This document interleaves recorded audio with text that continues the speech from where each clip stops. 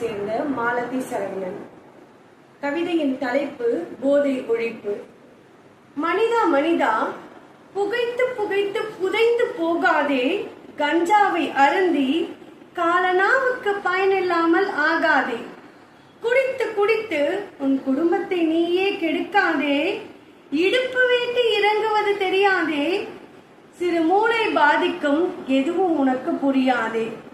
வீடு எது வீதி எது போதையில் நீ புரளாதே, போதை நீ உட்கொண்டால் பாதையெல்லாம் மாறிடுதே.